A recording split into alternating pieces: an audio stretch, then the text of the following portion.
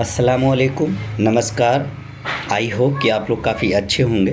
Friends, मैं आज अपने क्लाइंट के पास मैं आया हूँ और वीडियो बनाने का सिर्फ मेरा यही एक ही कारण है कि आज की डेट में जो सहारा ये कहती है अपने आप को कि मैं बहुत ईमानदार व्यक्ति हूँ, और सीआरसी ये कहता है कि हम बहुत ईमानदारी से जमाकर्ता को, सहारा के जमाकर्ता को हम पेमेंट दे रहे हैं।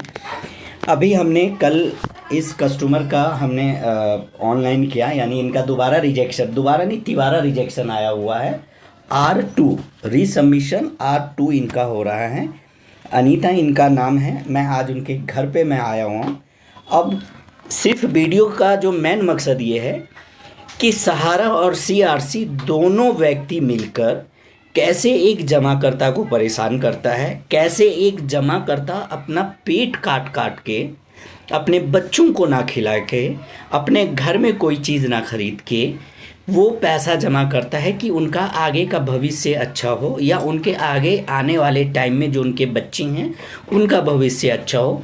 बहुत छोटे से घर में ये रहते हैं यहाँ, और आज उनके साथ ये स्थिति हो रखी है कि उनका पाँव टूट गया किसी भी वजह से, और आज उनके पास इतना पैसा नहीं है कि वो अपना इलाज करवा सके। आज ये अपना इलाज करवाने के लिए सरकारी हॉस्पिटल के धक्के काट रहे हैं ये। और सहारा जैसी चोर कंपनी, सहारा जैसी बेईमान कंपनी और सीआरसी रिफंड पोर्टल बना के, और इसमें भी सबसे ज़्यादा सहयोग गवर्नमेंट सहारा को दे रही है कि पीड़ित जमाकर्ता को जो है पेमेंट किसी भी तरीके से ना मिले। जो 40,000 करोड़ रुपया यानी गवर्नमेंट ने जब्त कर रखा है, जो 25,000 करोड़ रुपया सहारा से भी अकाउंट में जमा है, और उसके बाद कई बार गवर्नमेंट ने छापा मारा, उसमें जो रिकवरी हुआ वो सारे मिला के 40,000 करोड़ रुपया सहारा का पैसा जमा है। आप सोच के देखिए कि सीआरसी को अपने जेब से पैसा नहीं देना है, गवर्नमेंट को अपने जेब से पैसा नहीं देना है। जैसे गवर्नमेंट ने अभी दिल्ली के चुनाव में ये कहा कि दिल्ली के अंदर अगर हमारा सत्ता बनता है तो सभी महिला को 2500 रुपये मिलेगा। अगर दिल्ली सरकार को 2500 रुपये अगर उनको देना होता तो वो 2500 रुपये गवर्नमेंट को कहीं ना कहीं से अरेंज करना पड़ता। लेकिन सहारा का 40,000 करोड़ रुपया जमा है और उस पैसे में से कस्टमर को पेमेंट करना है। लेकिन उसके बावजूद भी सीआरसी सहारा रिफंड पोर्टल जो है, जो जमा करता एक एक साल, डेढ़ साल से पोर्टल पे डिमांड कर रखा है, उनका पैसा नहीं आ रहा है। लेकिन बहुत सारे यूट्यूब में दिखाते हैं कि 15 दिन में पैसा आ जा रहा है। तो 15 दिन में पैसा, तो इसका मतलब यही है कि वो उनका आ रहा है जिनसे सरकार या सहारा जो है 40% कमीशन ले रहा होगा। का पैसा 14 से 15 दिन या एक महीने में आ रहा है। इस व्यक्ति का दूसरी बार अगर देखा जाए, तीसरी बार रिसबमिशन हो रहा है। पहला ऑनलाइन, दूसरा रिसबमिशन, और ये तीसरी बार इसका दोबारा रिसबमिशन हो रहा है। तो आप इससे अंदाज़ा लगाएं कि जिनका भी पैसा आ रहा है, या तो वो पैसा दे रहा है कहीं ना कहीं, तब जाके उसका पैसा आ रहा है। और आज इनकी हालात इतना ख़राब हो रखा है। मैं डायरेक्ट उस क्लाइंट से भी मैं बात कराऊँगा, लेकिन मैं पहले उनका मैं पाँव दिखाता हूँ। फ्रैक्चर है, वो चल नहीं पा रही हैं।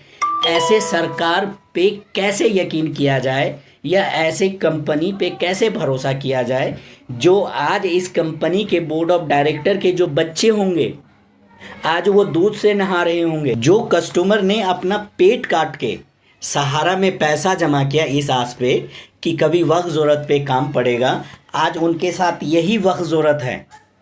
मैं आपको दिखा रहा हूँ कि इस टाइम पे इस कस्टमर को पेमेंट मिलना चाहिए। लेकिन सहारा के बोर्ड ऑफ डायरेक्टर जो बैठे हुए हैं, चाहे वो कोई भी व्यक्ति हो, अगर उनके बच्चे का पाँव टूट जाए या उनके घर की फैमिली का किसी के साथ अगर कोई हादसा है, तो वो आज भी अपने उस व्यक्ति को तुरंत विदेश शिफ्ट करवाएगा इलाज के लिए। लेकिन आज ये जो महिला हैं, ये अपना इलाज के लिए जो है, इनके पास इतना पैसा नहीं है कि वो हॉस्पिटल तक जा सके। जैसे कि मैंने अभी बताया कि सरकारी हॉस्पिटल के चक्कर काट रहे हैं। तो फ्रेंड, आइए मैं पहले आपको उस क्लाइंट से मैं बात कराता हूँ। आप सोचिए कि क्या इस क्लाइंट से, क्या सहारा के प्रति क्या इनकी सोच पॉजिटिव होगी? कभी पॉजिटिव नहीं होगी।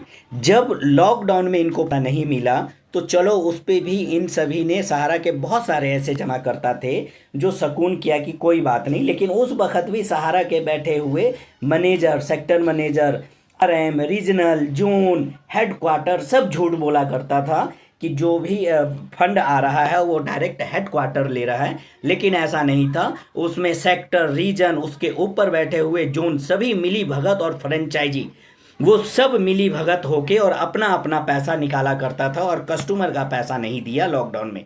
चलो लॉकडाउन में भी दिया, लेकिन आज इनके साथ जो हालात हो रखा है, क्या आज इनको नहीं मिलना चाहिए? क्या वही सरकार जो अपने आप को बोलती है कि सबका साथ सबका विकास, क्या ये विकास है? वो अपना विकास कर रहा है, लेकिन इन जैसे गरीब व्यक्तियों का विकास नहीं कर रहा है। तो आइए फ्रेंड्स, मैं डायरेक्ट आपको जो है मैं उस क्लाइंट से बात कराता हूँ और उस क्लाइंट की बात आप सुनिएगा। लेकिन पहले मैं उनका जो पाँव फ्रैक्चर हुआ है, पहले मैं आपको वो दिखाता हूँ। आप देखिए कि आज ये कितना परेशान है। आज अगर इनको पैसा मिल जाए तो शायद ये अपना अच्छे से इलाज करवा ले, अच्छे से इनका ट्रीटमेंट हो जाएगा कि इनका पाँव सही हो जाए। हम ऊपर वाले से फिर भी दुआ करेंगे कि इनका पैसा जल्द से जल्द आ जाए और पैसा मिल जाए कि इनका इलाज हो जाए। चलिए देखिए फ्रेंड्स, इनका पाँव फ्रैक्चर है पूरा, ये सही से चल भी नहीं पाती हैं। पाँव शायद डॉक्टर ने कहा होगा टेबल पे रखने के लिए, बस ये पूरा दिन सोचिए इसी तरीके से बैठी रहती हैं। अब ये देखिए, ये क्लाइंट हैं। अब आप सोच सकते हैं कि आज इस क्लाइंट के ऊपर में क्या बीत रहा होगा। और मैं चाहूँगा कि मैं इनसे ही पूछूं कि अगर आज इनको पैसा मिल जाए तो क्या इनको इस पाँव जो फ्रैक्चर हो रखा है, क्या उसमें इनको सपोर्ट मिलेगा कि नहीं मिलेगा। मैं क्लाइंट से मैं चाहूँगा कि कुछ ना कुछ वो सरकार के लिए के भी बोले और सहारा के लिए के भी बोले। सहारा तो फ्रॉड है ही है, तो सहारा के लिए के भी बोले, लेकिन सहारा के साथ साथ सरकार भी कस्टमर के लाइन पोर्टल बनाकर। और देखिए आज ये कस्टमर जो है अपने पाँव से परेशान हैं, बहुत छोटे से घर में रहते हैं। देख लीजिए बहुत ही छोटा घर है, मैं आपको चारों तरफ दिखाने की कोशिश कर रहा हूँ। ये देखिए बहुत ही छोटा घर है और इस छोटे घर में ये रहती हैं। और इसके अलावा ये इनके हस्बैंड है, ये इनकी बिटिया है, ये भी घर में है। अब सोच लीजिए कि एक एक रुपये जमा इसीलिए इन्होंने किया होगा कि वक्त पे काम आ जाए। आप मेरे को ये बताइए मैम कि अगर ये पैसा आपको वक्त पे मिलता तो आप इस पैसे से, या आज आपको मिल जाए तो क्या आपको हेल्प मिलेगा या नहीं मिलेगा? क्या कहना चाहेंगे आप, सरकार के लिए के भी और सहारा के लिए के भी? अगर पैसा मिल जाता तो मैं अपना इलाज करवाती। सरकारी में कोई सुनता नहीं, प्राइवेट में पैसा होता तो प्राइवेट में इलाज करवाती। और सरकार के लिए कि आप क्या बोलेंगे, जो सरकार आपको 2 साल से बोल रही कि आज पैसा मिल जाएगा? 45 दिन का टाइम दिया था सरकार ने। और देख लीजिए फ्रेंड्स, ये इनका फ़ोटो देख लीजिए और देख लीजिए सेम महिला हैं। और अभी मैं इनका सिग्नेचर करवाने के लिए आया हूँ मैं इनके घर। और आज जब मैं यहाँ आया तो पता चला कि इनका फ्रैक्चर हो रखा है और आज ये अपना इलाज के लिए परेशान है। आप खुद सोच सकते हैं कि इस महिला पे अभी क्या बीत रहा होगा, या आज ये कोस रही होंगी कि क्या मैंने सहारा में पैसा जमा करके शायद हमने बहुत बड़ी गलती किया। क्योंकि मैं इसलिए ये चीज़ बोलने पे मैं मजबूर हूँ कि अगर जैसे अभी आपने पीछे सुना कि अगर यही सहारा के बोर्ड ऑफ डायरेक्टर के किसी बच्चे, किसी परिवार का अगर पाँव फ्रैक्चर हो जाए तो वो इंडिया छोड़ के विदेश में जाएंगे अपने बच्चों का इलाज करवाने के लिए। लेकिन इनके पास आज इतना अमाउंट नहीं है कि जैसे अभी इन्होंने कहा कि सरकारी में कोई सुनता नहीं है।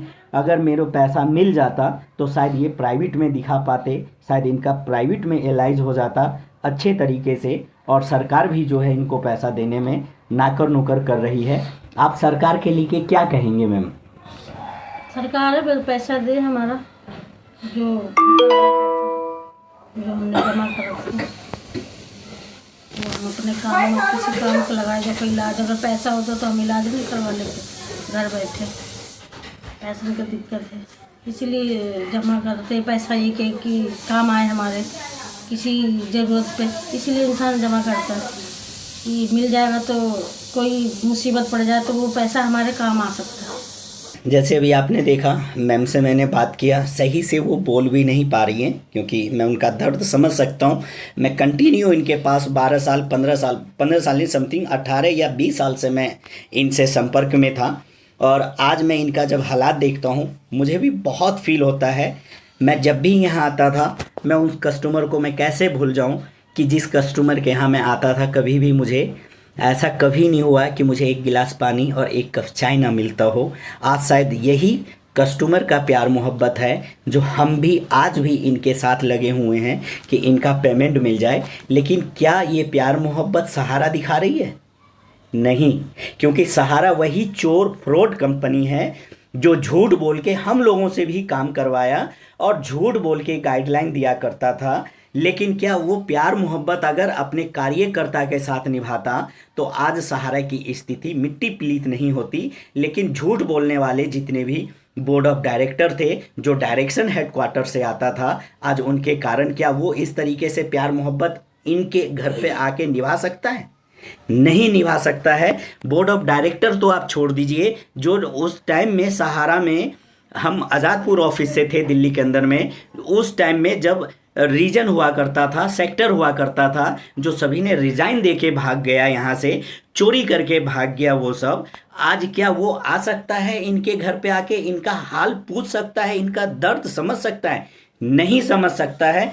हमारे जैसे जो कार्यकर्ता थे, जो कस्टमर के साथ शुरू से प्यार मोहब्बत बना के रखा, आज शायद उसी की देन है जो आज भी मैं इनके घर पे बैठा हुआ हूँ। नहीं तो कुछ ऐसे भी व्यक्ति थे जो आज अपने जो पीड़ित जमा करता है उनको छोड़ दिया है। ऐसा कोई ना करें। अगर मेरी वीडियो देख रहे हैं, सहारा में जो काम कर इस तरीके से कोई आपका जमा करता है तो उनका आप साथ दें। आपको सहारा का हेडक्वार्टर कभी साथ नहीं देगा। उसके लेके जितनी कमियां हो गवर्नमेंट तक रखिए और पीड़ित जमाकर्ता को बोलिए कि हर एक एक चीज़ रखें, क्योंकि हम लोगों से तो झूठ बोल के काम करवाया सहारा ने। लेकिन क्या सहारा आज इस तरीके से आके किसी भी पीड़ित जमाकर्ता का दर्द पूछा? लॉकडाउन के बाद से नहीं पूछा। तो ये फ्रॉड है, इसको चोरी बोलते हैं, इसे झूठ बोलते हैं, जो सहारा के बोर्ड ऑफ डायरेक्टर ने किया। जिस टाइम तक सहारा श्री जिंदा था तब तक सहारा में कहीं कुछ नहीं हुआ। लेकिन जैसे ही सहारा श्री ऊपर पहुँचे और आज सहारा की मिट्टी पलीत हो गई। क्या सहारा इस दर्द को समझ सकता है? नहीं समझ सकता है। लेकिन फ्रेंड्स आइए, अभी हमने मैम से बात किया, इनके हस्बैंड हैं, मैं इनसे भी थोड़ा पूछने की मैं कोशिश करूंगा कि इनकी क्या सोच है सहारा के लेके, या इनकी क्या सोच है सरकार के लेके। क्या ये आज काम करने के लिए, अपना रोजी रोटी चलाने के लिए ये क्या कर रहे हैं? तो आइए ज़रा हम इनसे भी पूछते हैं कि इनके हस्बैंड क्या कहते हैं। 1 महीने चोट लगे हुए हो गए इनको। 1 महीने से मैं घर बैठा हुआ हूँ, काम धंधा कहीं कर नहीं रहा हूँ। और जो है मैं सोचा था पैसे आ जाएगा सहारे से, 2-3 बार भेज चुका हूँ, साइन करवा के लिखवा के, अब आएगा अब आया, और आया नहीं है। सहारा ऐसा है, पहले तो कहता था मैं 6 साल में तुम्हारा डबल कर दूंगा, ये कर दूंगा, वो कर दूंगा, पर वो अभी तक पैसे हमारा कोई आया नहीं है। 3 बार से वापस जा रहा है पर कोई सुने नहीं। बार बार यहाँ साइन करवाना, उनका चोट लगने के कारण सरकारी हॉस्पिटल में कोई सुनवाई नहीं हो रहा, दौड़ रहे हैं, आ जा रहे हैं, रोज़ छुट्टी हो जाती है स्कूल, वहाँ बैठे हुए काम पर से खाली बैठा हूँ घर पे इनके चक्कर में। और घर में कोई ऐसा जिम्मेदार नहीं है कि जो इनको ले जा सके, आ सके। तो इसलिए बस मेरा पैसा भेजा जाए।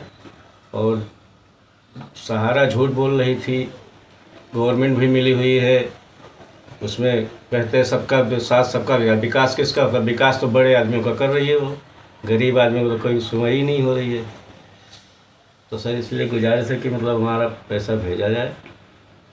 हस्बैंड हैं, वाइफ हैं, इनका दर्द आप देखिए, इनके अल्फाजों में आपको लग रहा था कि इनका दर्द कितना है। और मुझे ऐसा लगा कि शायद ये नौकरी भी इनकी छूट गई है मैम के भाग दौड़ के चक्कर में।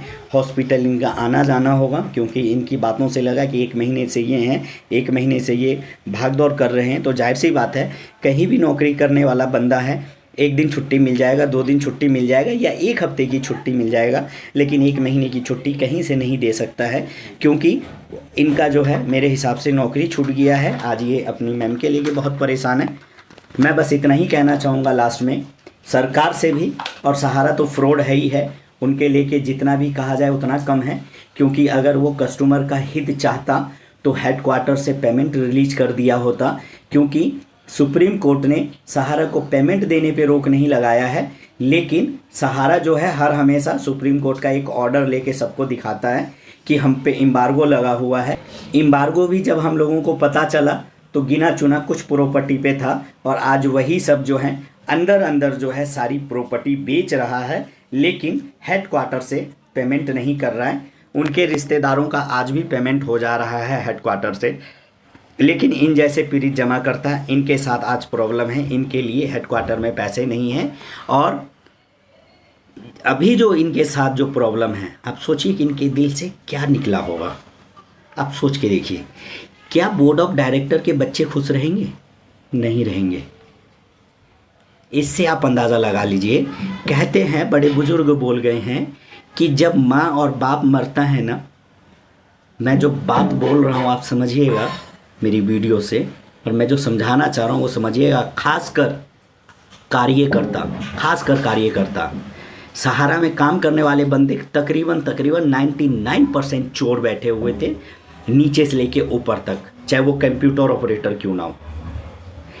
कार्यकर्ता का कमीशन खा लिया करता था, पता नहीं चलता था, भाउचर छाप के, ब्रांच मैनेजर सेक्टर मैनेजर की मिली भगत में। फ्रेंचाइजी लोग भी यही काम करते थे। आज आप सोच लीजिए कि जो चीज़ मैं बोल रहा था कि सहारा श्री मर गए, लेकिन ऐसा कौन बेटा होगा जो अपने बाप के चिता में आग देने के लिए नहीं आएगा? हमारे जैसा बंदा डूब मरेगा कहीं जाके।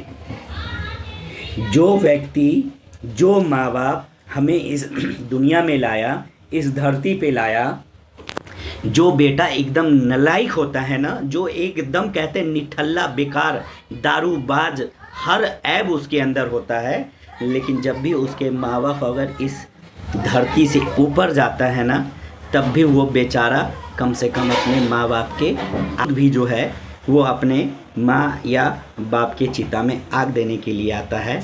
ऐसा किस चीज़ का साम्राज्य सहारा श्री बोलते बोलते चले गए कि हम बड़े ईमानदार हैं। अरे ईमानदारी तो यहीं से पता चलता है कि जो बेटा आग देने के लिए नहीं आया अग्नि में, शमशान घाट, तो उससे क्या उम्मीद रखा जाए कि इन पीड़ित जमाकर्ता का वो दर्द समझेगा। तो ये कहने वाली बातें हैं फ्रेंड्स। वीडियो को आप समझिएगा कि इनका दर्द क्या है, इनके हस्बैंड का दर्द क्या है। हम समझ सकते हैं क्योंकि हम 10-15 साल इनके यहाँ आए हैं। मुझे बैठते ही, चेयर पे बैठती है ना, सबसे पहले एक गिलास पानी और एक कप चाय मुझे मिल जाता था। मुझे कभी कहने की ज़रूरत नहीं पड़ा।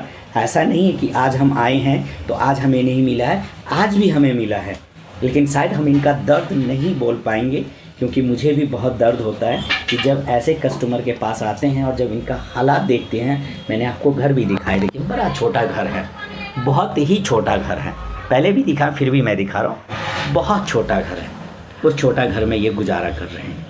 अब आप इससे अंदाज़ा लगाइए कि सहारा जैसी चोर कंपनी हो सकती है या सहारा जैसा फ्रॉड हो सकता है। उसके साथ सरकार भी इनसे हाथ मिला रखा है कि 45 दिन का टाइम देकर यहाँ 2-2 साल लग रहा है।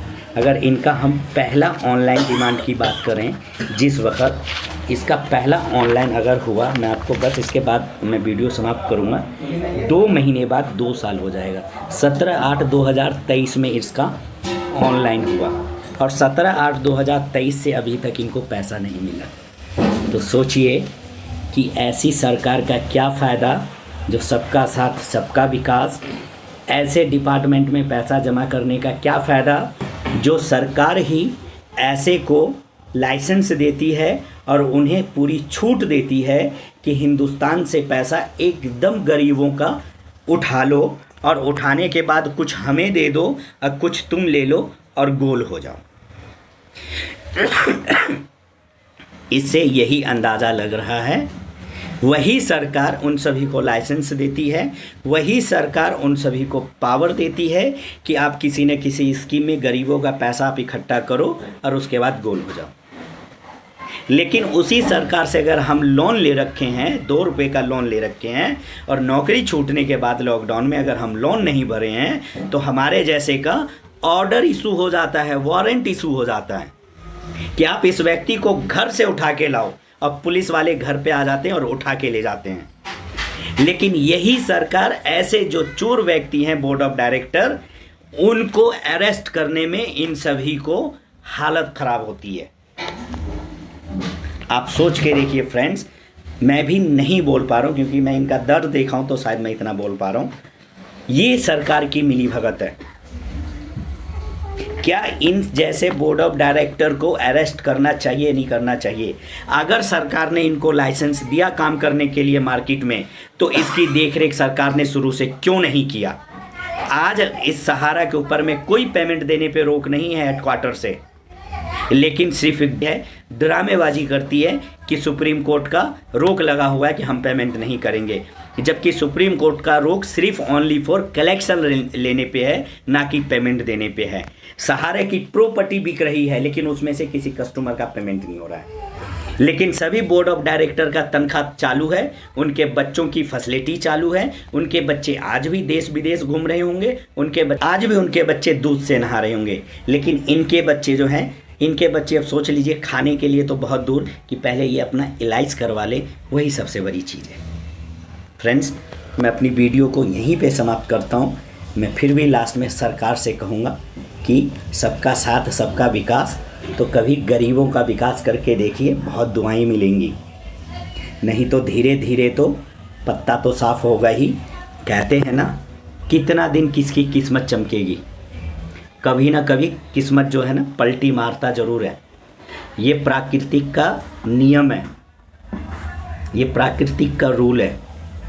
तो जो सरकार आज सत्ते में है वो ऐसे ऐसे सहारा जैसी भारत में जितनी भी इस तरीके की कंपनी है, उन सभी पे नकेल कसे, उन सभी को बंद करे, उन सभी को सीज करे और कस्टमर का पैसा वापसी करे ब्याज के साथ। और CRC रिफंड पोर्टल जो बनाया गया है वो एक तरीके से डिफ़ॉल्ट है, एकदम फॉल्स है। उसके ज़रिए कस्टमर का पेमेंट नहीं आ रहा है।